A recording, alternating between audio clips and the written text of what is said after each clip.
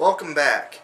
Today we're going to go over another way to set valve lash in any engine, but specifically a solid lifter type engine. And this one is called the companion cylinder method. Yep, that's what I've got written there.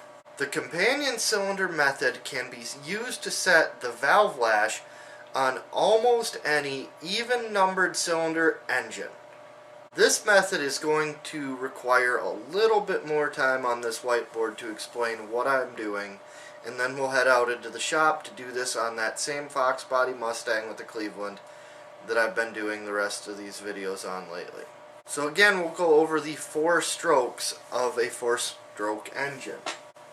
Intake, compression, power, and exhaust. Again, that's normally the way that they are expressed, but the reality is that they are circular, and you can kind of pick that up at any point in time. Alright, now let's go over the piston movement during each one of these strokes. So we will start out here at top dead center. Then the intake stroke happens and the piston moves down to bottom dead center. On the compression stroke, the piston moves back up to top dead center. Then it moves down on power to bottom dead center. And then on the exhaust stroke, it moves back up to top dead center again, which is, again, circling back around to start the intake stroke. Just like we did in the other method, I'm actually going to bring this in and switch it up so we put intake and exhaust next to each other. Alright, so after we reorder those, I'm going to do kind of the same graph I did before, which is going to be our cam lobes. Our new order is going to be power, exhaust, intake, compression, and then it would repeat again.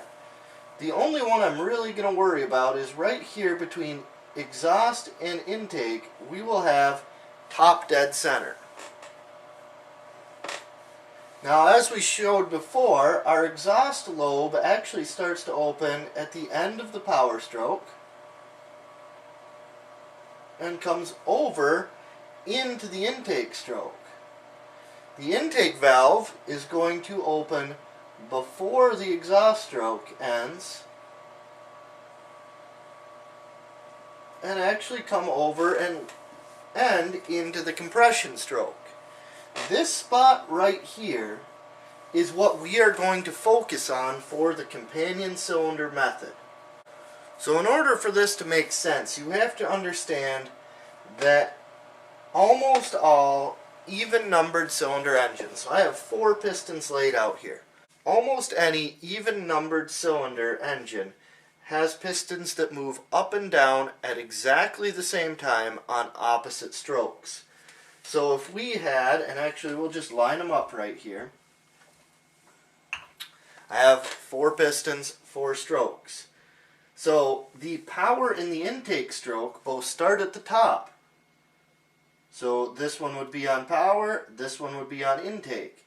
As they go down, and you'll have to kind of hang with me here because I only have 2 hands, but as these 2 drop down to the bottom, these other 2 would be coming up. One would be on exhaust, one would be on compression.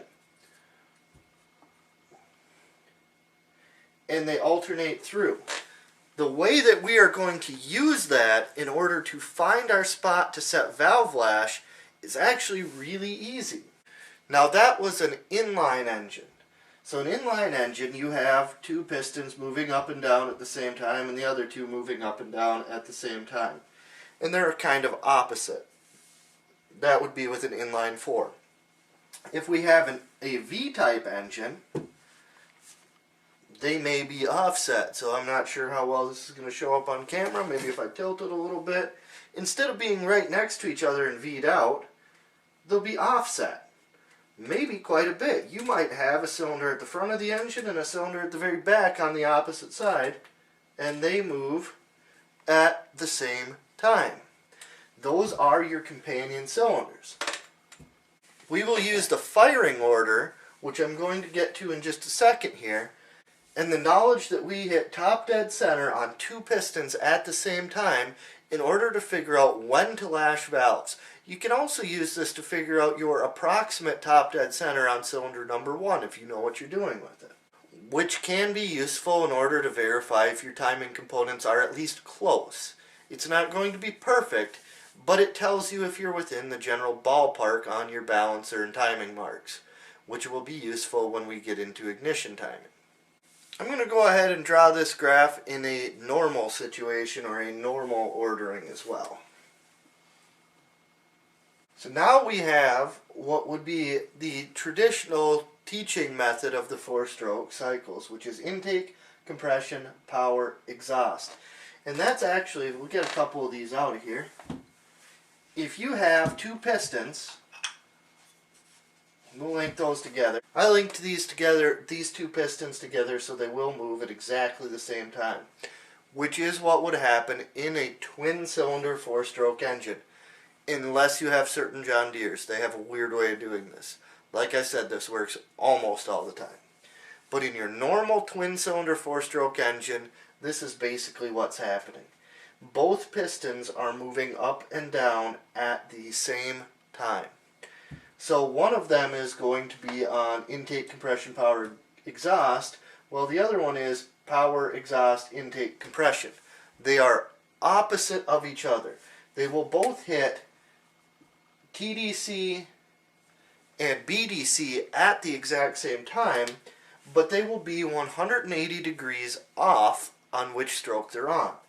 So as, let's say this is cylinder number 1, and this is cylinder number 2.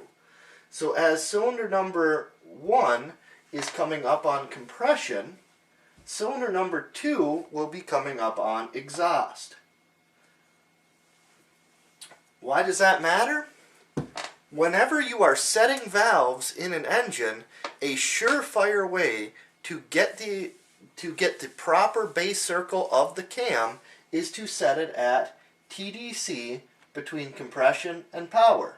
So this is going to be our set point for valves. So we want to set our valves at this set point. Well, our visible indicator as to how we are getting there with the valve cover off is to actually watch the companion cylinder and watch as the exhaust valve, the exhaust rocker arm, as the exhaust rocker arm will say, this is my exhaust rocker arm, this is my exhaust rocker arm, this is my intake rocker arm. As the exhaust rocker arm is coming up to a close, the intake will actually start to open. That crossover point is roughly top dead center. It doesn't have to be exact in order to set the valves, but that crossover point is where we are going to set the valves on the companion cylinder. So let's go ahead and get into how to find the companion cylinder. 1-8-4-3-6-5-7-2. That is a very common firing order in the V8 world. This firing order is your Chevy V8s, Buick V8s, most of your Oldsmobile V8s, Chrysler V8s, and actually, although it looks different on paper, a lot of your Ford V8s too. And I'll go through that in a different video. So the way that we find the companion cylinder for any engine is you find the cylinders that fire opposite of each other. So we'll take this is an 8-cylinder engine. We will split it into 2 sections. So there's 4 cylinders if we split it into 2 sections. So we count off here, 1, 2, 3, 4. So right here is where we're going to split this number. Alright? So, if we want to find our companion cylinders for this engine, they are 1, 8, 4, 3. If we want to find our companion cylinder for this engine, we write them out this way. 1, 8, 4, 3, and then we take the split firing order and write it underneath those numbers to find the cylinders that are paired together. So with this firing order, 1 and 6 are partners, 8 and 5 are partners, 7 and 4 are partners, and 3 and 2 are partners. So those are what we call our companion cylinder. Now I mentioned using this in order to find top dead center cylinder number 1, which is where we check our timing marks. What we would do is we would watch the rocker arms on cylinder number 6, and when they cross over, we will be very close to top dead center on cylinder number 1. I've got some videos that I think I may need to refilm, but I've already done them on the ignition and fire using a timing light, that kind of stuff. I mentioned this in there, so watch for that. So that's our V8. What if we had, say, a 4-cylinder? And I'm not going to make this up. This is actually a relatively common firing order for a 4-cylinder. 1, 2, 3, 4. Okay? Or actually 1, 4, 3, 2 is also a fairly common one, which is, you'll see in a second. Now this one, we will again split it in half. 1, 2, 3, 4. So our 1 and 3 are companion cylinders. 2 and 4 are companion cylinders. How about a 6-cylinder? I'm not going to say this is a common one, but I have seen 6 cylinders with 1, 2, 3, 4, 5, 6. Again, we just split that in the middle, so 3 and 3. So we've got 1 and 4, 2 and 5, 3 and 6. Those would be companion cylinders in that engine. I think you get the point there. So we'll split out to the shop and I'll show you doing the actual valve adjustment. That has been the companion cylinder method for valve lash. And honestly, as of right now, I'm looking at the counter on the timer on the camera, and I'm not sure if I'm going to make this 1 or 2 videos. This one might end up being just the classroom stuff, in which case make sure you click on the shop video so it makes a little bit more sense. If not, it's been a long video. Thanks for watching. I hope you learned something. Go ahead, hit the subscribe, like, share, whatever, all that stuff. You're used to hearing it on these channels. So, again, thanks again, and I'll see you later.